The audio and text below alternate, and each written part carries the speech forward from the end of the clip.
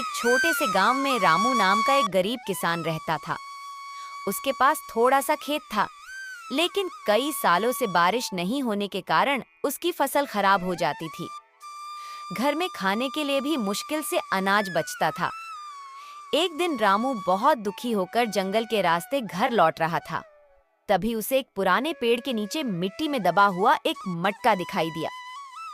रामू ने मटका बाहर निकाला और जैसे ही उसे साफ किया, अचानक मटके से एक चमकदार रोशनी निकली।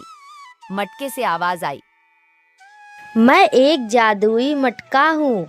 जो भी सच्चे दिल से मांगोगे वो तुम्हें मिलेगा, लेकिन अगर लालच करोगे तो सब कुछ खो दोगे। रामू डर गया, लेकिन उसने हिम्मत करके कहा, मुझे सिर्फ अपने परिवार के लिए खाना चाहिए और कुछ नहीं। अगले दिन रामू के घर में अनाज, फल और सब्जियां भर गईं। उसकी पत्नी और बच्चे बहुत खुश हुए। धीरे धीरे गांव वालों को पता चला कि रामू के पास एक जादुई मटका है। सब लोग कहने लगे, आखिर एक गरीब किसान अचानक इतना खुश कैसे हो गया?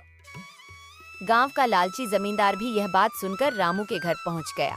जमींदार ने रात में रामू का जादुई मटका चुराने की योजना बनाई। आधी रात को वह चुपके से मटका उठा ले गया और अपने घर पहुंचकर बोला, मुझे सोने के हजारों सिक्के चाहिए। लेकिन जैसे ही उसने लालच किया, मटके से काला धुआं निकला और उसके सारे सोने चांदी के गहने गायब हो गए। जमींदार डर गया।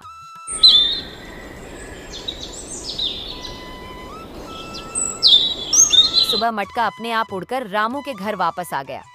मटके ने कहा, रामू, अब तुम अपने पैरों पर खड़े हो चुके हो। मेरी जरूरत खत्म हो गई है। इतना कहकर मटका आसमान में उड़ गया।